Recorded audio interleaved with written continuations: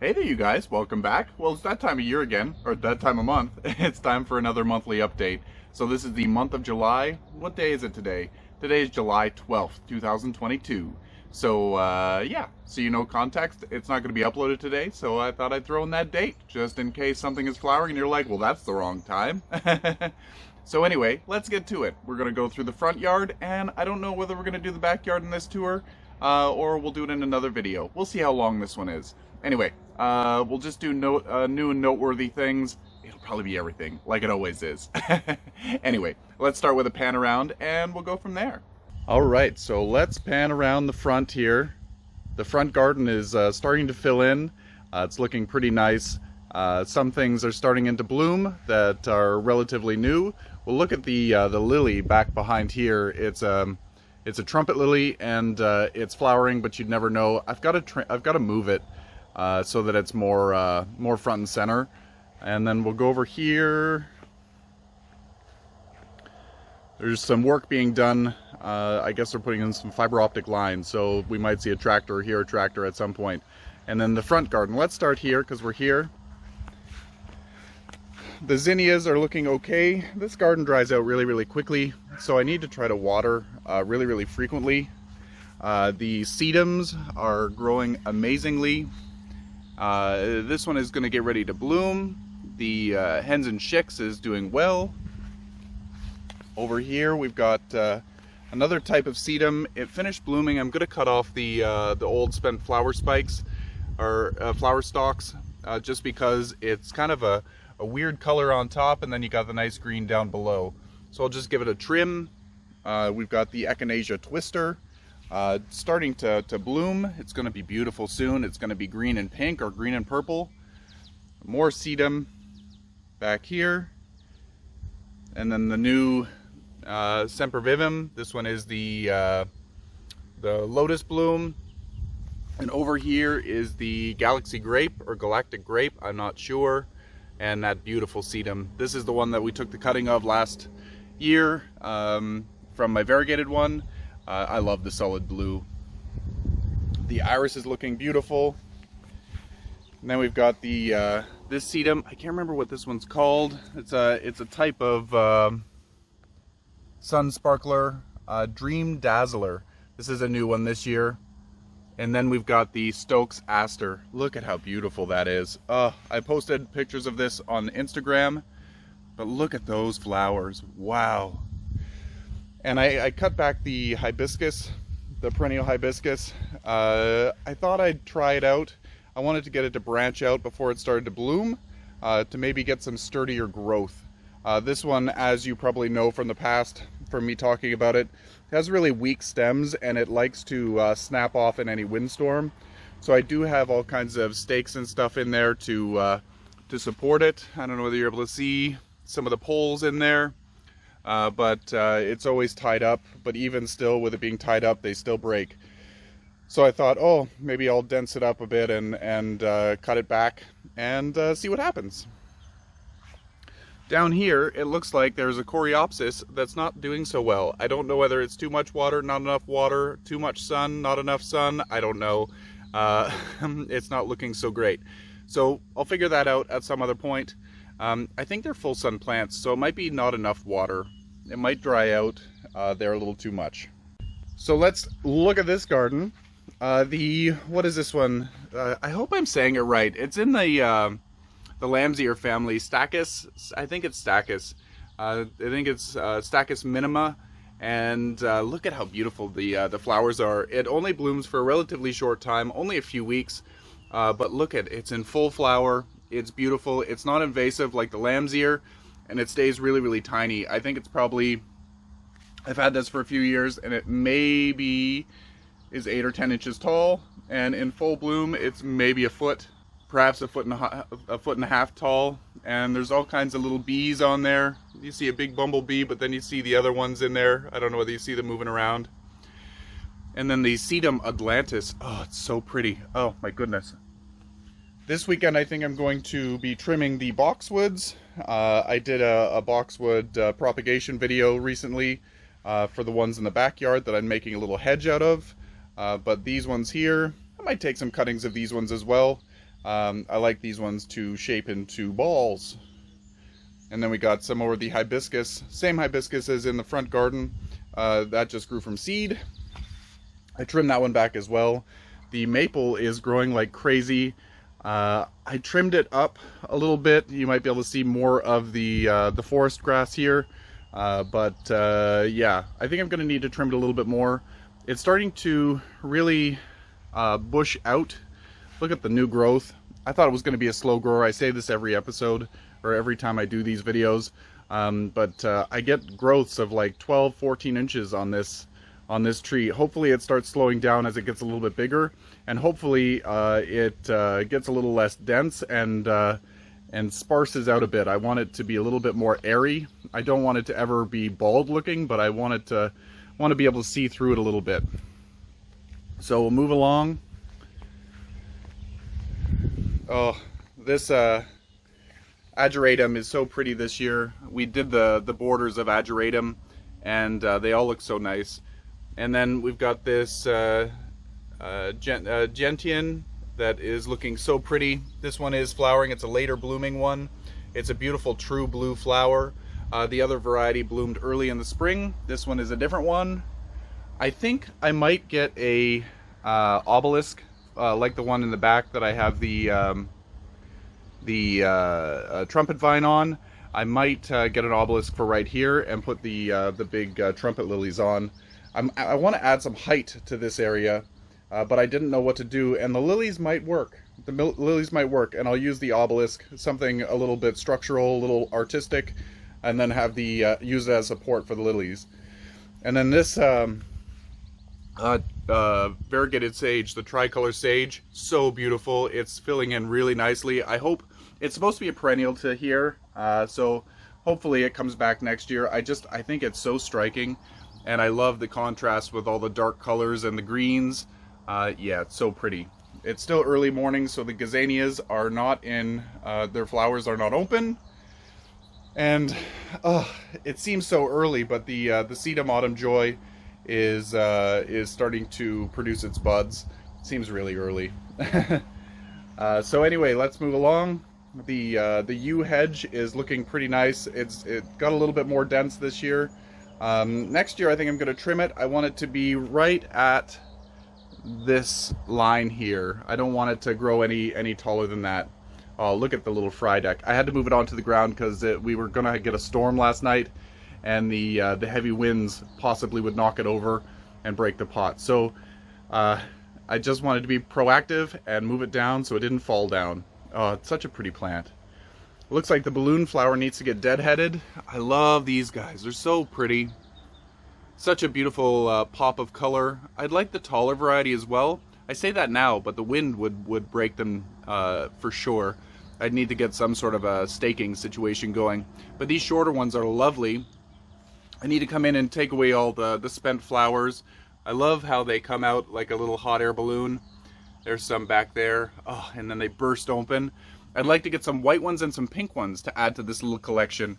Maybe I'll even plant them together so that it comes up to be a beautiful color pattern. And then the geranium, I think I'm going to trim this back soon. It looks like it went through its first flush of growth, or flush of flowers, and now I'm just getting the sparse little bits. If I trim it back, it should put out some new growth as well as some new flowers and be a little bit more full again. And another boxwood there. The dogwood is looking lovely this year. It's not without its problems, but the leaves are looking a lot better than in the past. They're not looking so thirsty, and yeah, doing pretty good. And then right here we have the what is this one? Shout it out! It is the turtle head. It's such a big plant this year. I love it. Next year I'll have to divide it out, but it's such a pretty plant. I can't wait till it flowers. The beautiful pink flowers. It almost is a little too big for this spot because it's coming up into the bottom branches of the dogwood, but I love it. It's so pretty. I suppose I could cut it back, but it's already starting to produce some flower heads. So as you can see here, it's starting to produce some buds. And then over here, I should have weeded these out, but they're on their way now. These are some morning glories that started from seed. I did not plant them. I haven't had morning glories there in 2 years. And then we've got some salvia. For whatever reason, this salvia plant, there must be some animals that run through here and run over top of the salvia and break the branches. Because I come out here and there's always some branches, as you can see here. There's always some broken branches for whatever reason. But look at those beautiful. It's still early morning. They're just working on opening the morning glory flowers. It might be triggering for some people that find them to be really invasive, but they're not really invasive here, but they do come back from seed. It's not a bindweed situation, which is in the morning glory family. So let's go around here. Oh, look at these little vines. These are the cypress vines that I grew from seed. They're starting to produce their little climbers. They have the beautiful little red, pink, or white flowers. I think these are all going to be pink. Yeah, I love the leaves. Oh, they're so cool. So soon they'll attach to the fence. And now let's go into the back here. The tomatoes are starting to produce tomatoes. I'm going to have to come in and thin them out. Do you see some there? I'm going to have to come and thin them out so more light can get through. Let me try to work my way around here. I planted a new black-eyed Susan vine in here. The wind just destroyed the other ones. As you can see, we get such bad windstorms here. It's awful. Everything gets destroyed. Here's our water barrel. We've got some dill growing here. Dill all over the place in here. I love it. I should remove some of these garlic scapes, but they're just so interesting to look at. I need to come out here and trim some of the grass back. Along the fence here, we've got, I think these are autumn frost squash. I love the color palette on the autumn squash, or autumn frost squash. It's kind of got a frosty, yellowy orange. It's not really like almost a browny orange. It's really, really cool. Nothing is flowering yet. Actually, let's check it out, see if there is any flower buds.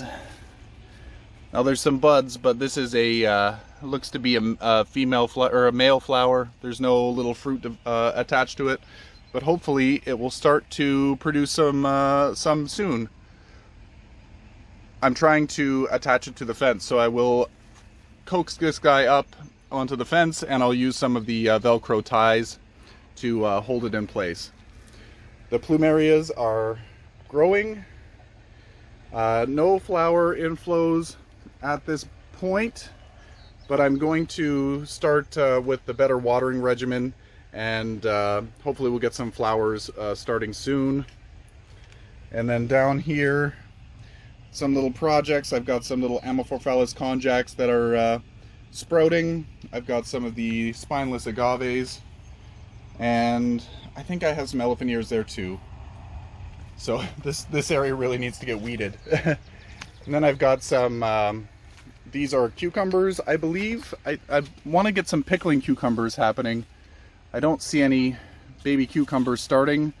I planted these from seed, so they're just now starting to vine. But hopefully I get some little cucumbers from it. I want to try making my own pickles this year. Need to come out here and pick some of the snow peas, or the snap peas. These ones are getting a little bit too ripe. They're almost done for the season. They don't like the heat, so yeah, I'm gonna let a few of them go to seed so I don't have to buy any next year. But yeah, they are doing really, really well. I've had a nice bunch of meals with them. They're just nice to eat when I'm out in the garden.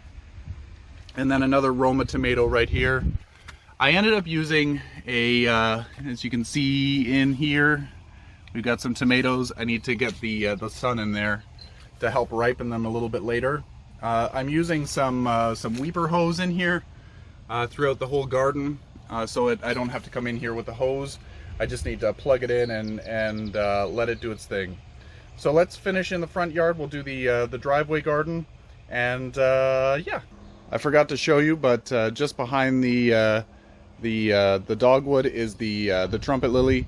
The flowers are almost finished, but it was such a nice show. It smelled really beautiful in the evening, and my sinuses hated it.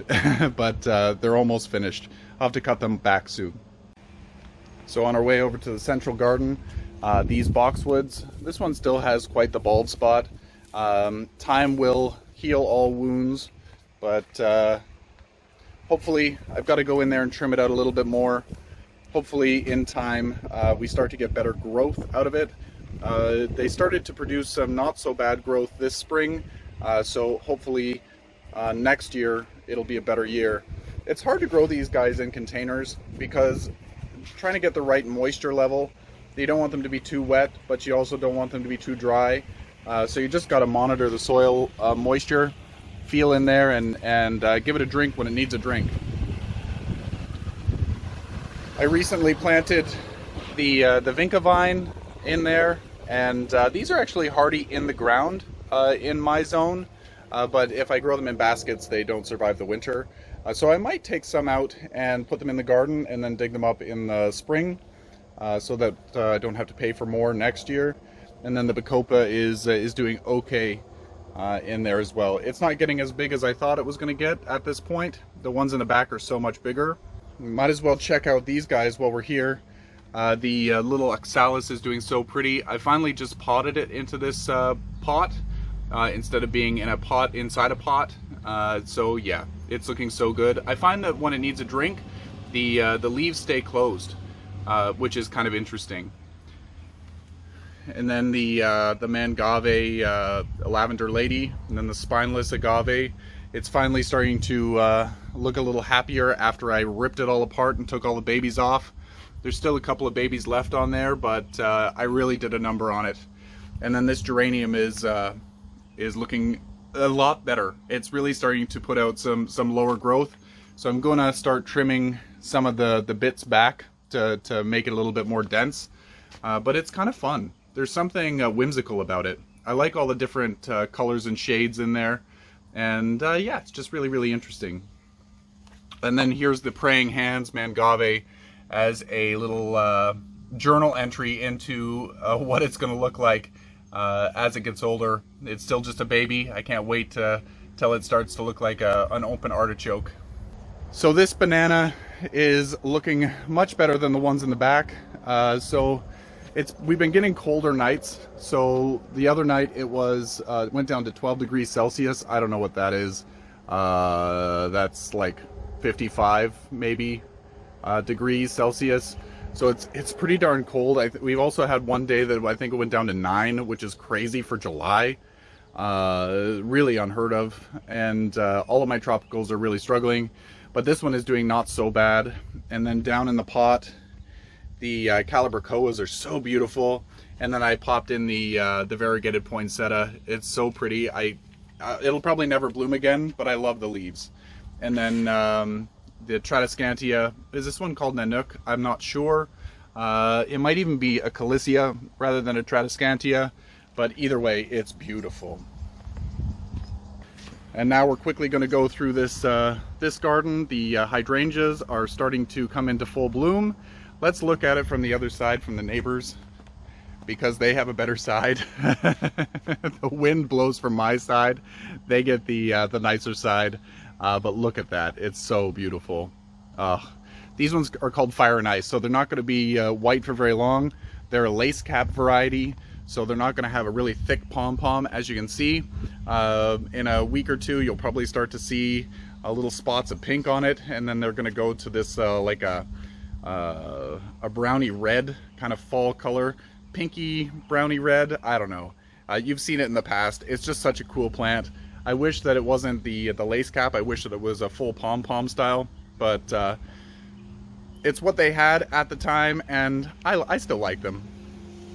I wish that they would get sturdier stems.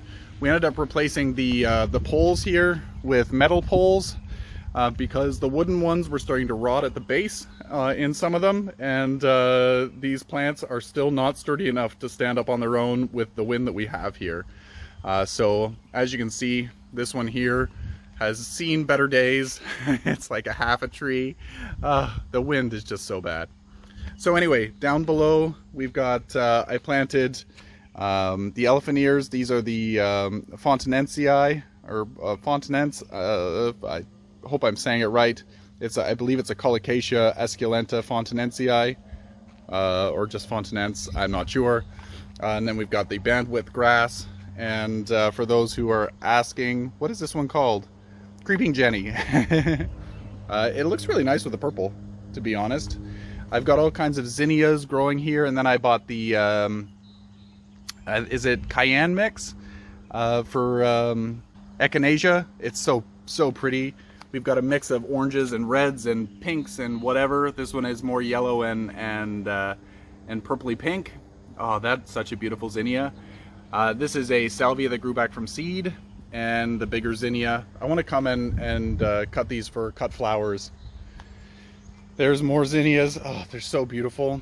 It's so big too. Like it's a nice sized flower. And then these salvias are looking really, really nice. I like the beautiful yellowy tint to the foliage. It really adds a pop against the soil. All kinds of zinnias going on here, and another bandwidth grass, and more zinnias. Oh, so pretty. Oh, again, I love this one. Oh, it's so pretty. And then here we have another one of that mix of why can't I? Echinacea. There it is. I can never remember that name. Oh, and that beautiful zinnia back there. Oh, so pretty. And then another one of the elephant ears. Such a cool one. Looks like there's a bug eating this one. And again, I've got the weeping hose in here. This weed is just ridiculous. If you know what this is called, let me know. It's a pain in the butt. So, but it stays low, and the plants grow through it just fine. So it's a nice ground cover, I guess. Anyway, let's check out the air conditioner garden. Okay, so here we are in the air conditioner garden. It's not doing too great. It is what it is. Stuff doesn't grow back here very, very well. I don't know whether it's just not a lot of sun, or whether it just gets really dry really quick, whether it's from the furnace vents, or this is also the dryer vent. I believe that's the dryer vent. But things don't grow all that well here. They tend to die back. Like I have a fern, or had a fern back here. It's still there a little bit, but as you can see, things just die back really, really easily. So I don't know what's going on. This begonia is looking so pretty. The other ones that I planted out here are not growing. I have one that's growing. So this one did not produce any new leaves. This one here was one that I did from leaf cuttings. I believe this one's the fireworks. So as long as that one lives on, I'm good. And then we've got the griffin that is right here. This one is just a brute. I love it. And it's so hardy and tough. And then I've got the what is this one called? European ginger. It's so pretty. I love this stuff. It grew from seed. I believe that this here is another one that's just starting from seed. And then one just back here, just starting from seed. So cool. And then I planted the Epimedium bandit here. It's grandiflora, I believe, bandit. And for those of you who didn't watch the unboxing video from Phoenix Perennials, that is the flower, if it's coming into focus. They have a bigger flower and they're white and they're just beautiful. So looking forward to seeing if this one grows. Hopefully it does. They're tough little plants. And then over here we've got the hostas and the Begonia maculata back here. It does okay out here. And then yeah, the hostas are doing well. The whiskey sour and the appletini, and then more of the variegated lily of the valley. And this hosta, I thought it was not going to make it this year, which is crazy because it's a hosta and it's in a fairly shady spot, not full shade, but fairly shady. And yeah, it also, maybe it's the wind. This is always a wind tunnel through here. Even on a calm day, you open this this gate and the breeze is just strong. It's a strong breeze that comes through, and it's all day. So hopefully you enjoyed the front yard tour. Let's get into the backyard. I think I'll do it in another video, so stay tuned for the next video.